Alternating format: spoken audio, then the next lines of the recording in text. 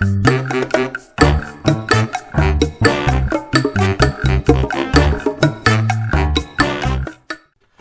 today we're going to talk about how to go from a simple sketch all the way to finished products, postcards, prints, or whatever.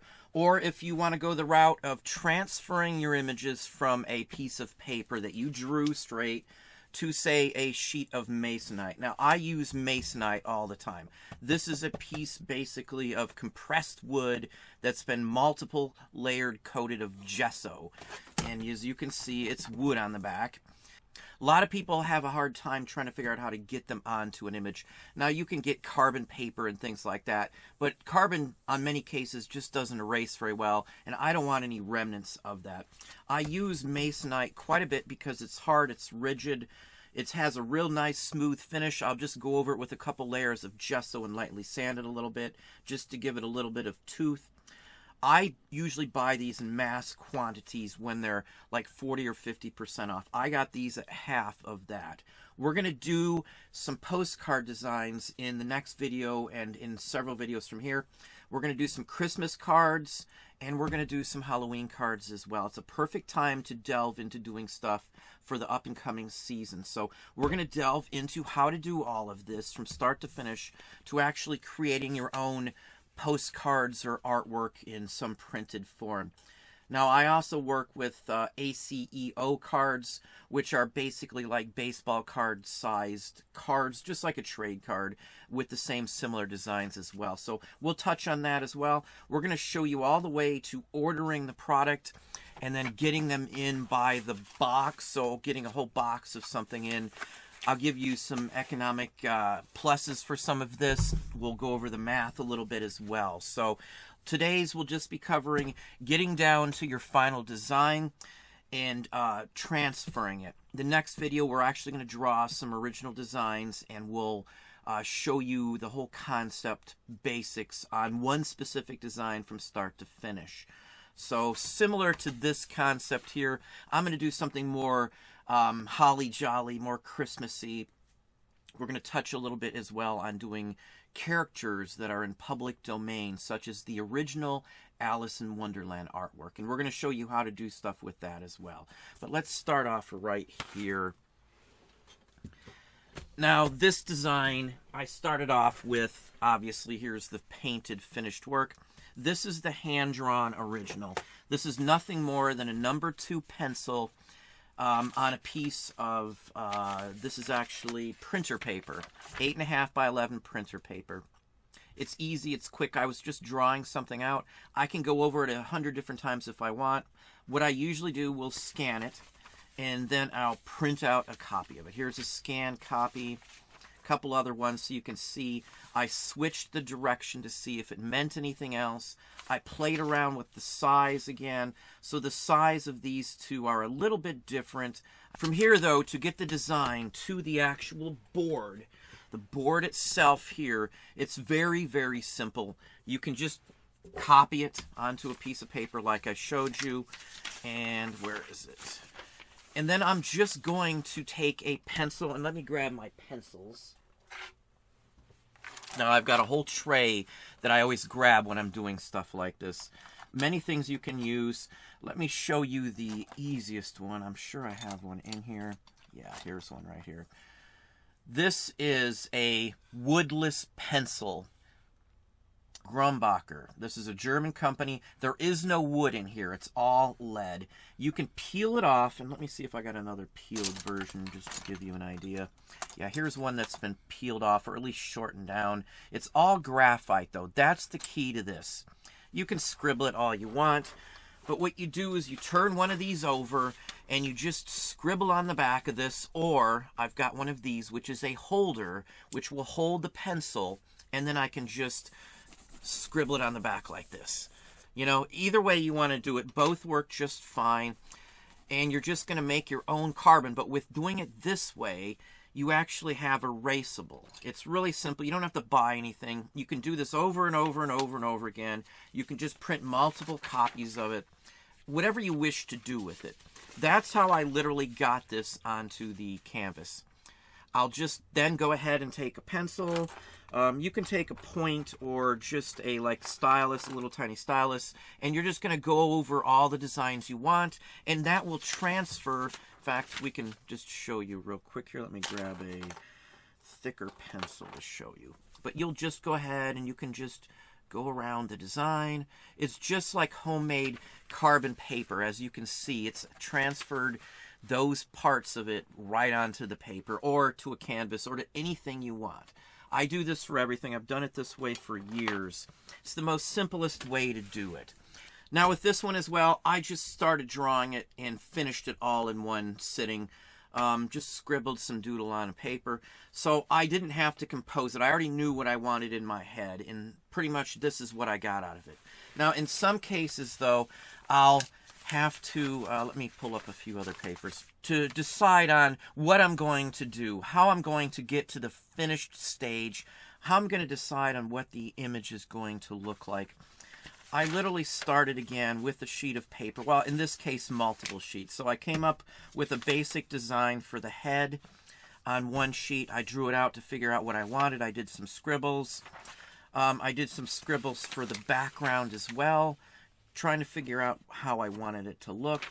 At the end of the day, I just combine those by tracing over them with a light table into one image. So if you set this over here, you're going to see that it's the exact same head. I just flipped it over to draw the other side of his ears, his antenna, or whatever you'd want to call them.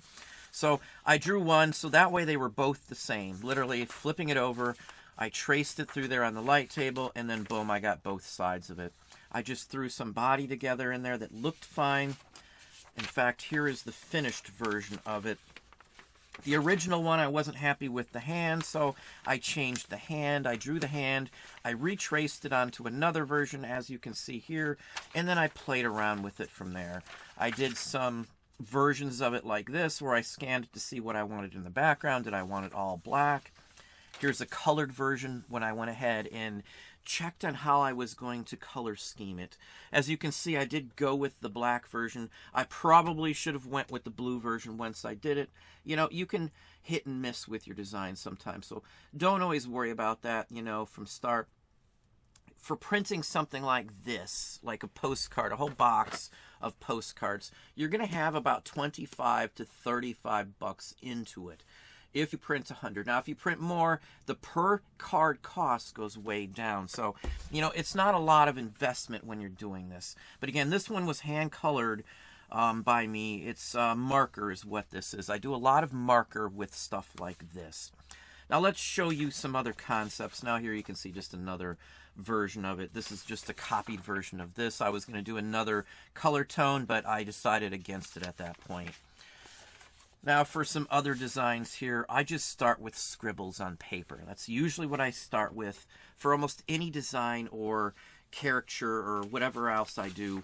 I just start with some scribbles on paper. This started with a scribble on a piece of paper and I liked it. Wasn't sure on the design, the shape, what I was going to do with it. So, you know, I just played. Let me get the frogs back out of the way here. So I wasn't sure what I was going to do with this. I played around and I came up with this design here. Now you'll see measurements. I'll figure out coloring. I usually make notes on a scribble like this. Here then I will do a watercolor version of this and kind of try and figure out if I like the color scheme on it. Now these are for Halloween cards. I will usually add some other effects like some glow, possibly digitally, into the like electrical, his little wires on his head or something along that line. It's basically the same caricature as this other one here, as you can see. It's just another take on it. You'll have some moonlight and such forth. So from here, if I liked this, then I would go ahead and throw it together on a masonite piece. Now this can be scanned on my bigger flatbed scanner. This, if I liked it and I just wanted to use, say, a watercolor version of something, I would scan it through my Epson DS510 scanner and it will pretty much reproduce this very well. I mean, it's to the T.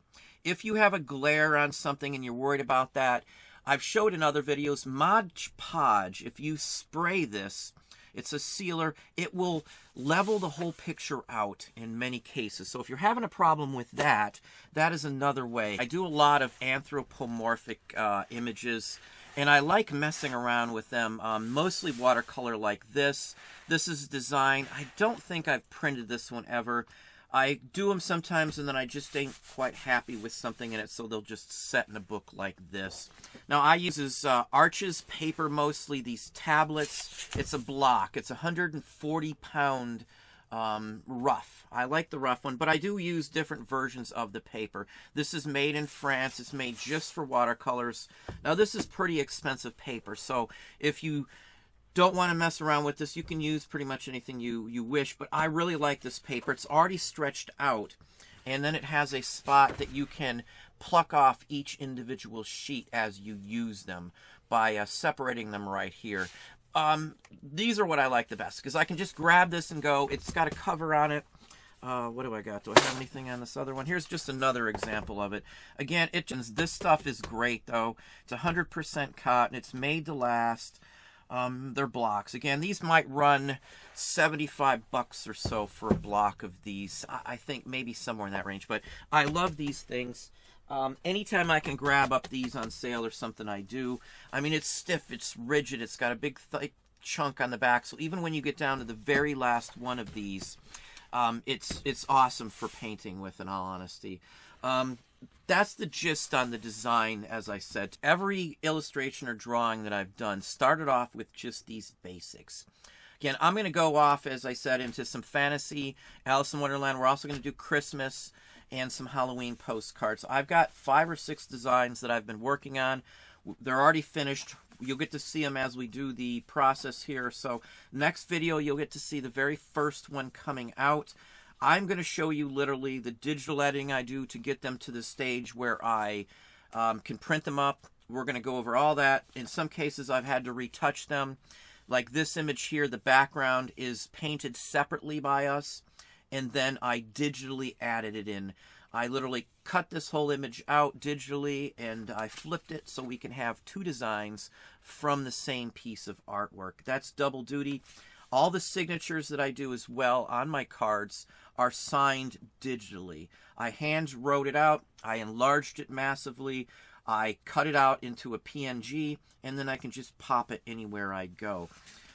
So just FYI, that's what you do for most of the cases, or at least I do. The backs are all designed by me. Marky, my wife, wrote the poem that's in the back of any of the newer postcards. The original postcards are just basic on the back, but I did elaborate more on them as we've went on. They're signed when we send them out. So depending on what you want to do with your artwork, this stuff can sell like mad. It doesn't take a fortune of an investment to get your money back either. As I said, for 25 to 35 bucks, I can get 100 plus printed. Now, there's no guarantee on how many are printed, but when I've ordered them, they've always went over to make sure I had at least 100. So in some cases, I got 115. I do them at 100 individual limited edition cards, so the rest are either samples or ones that I just mess around with myself. So they're not limited or signed or anything like that, the other 15. Same thing as, again, with these, the same basic principle. But we're going to do some much more cutesy style images in the next ones. There'll be more fanciful, elfish, and things like that too.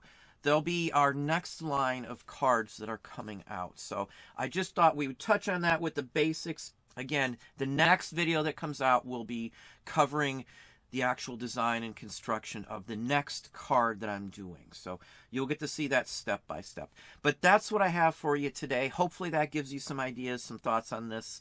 If you do enjoy the video, please hit that like button down below for me. You can also hit the bell icon to be notified if I post new content or go live. Subscribe and tell all your friends.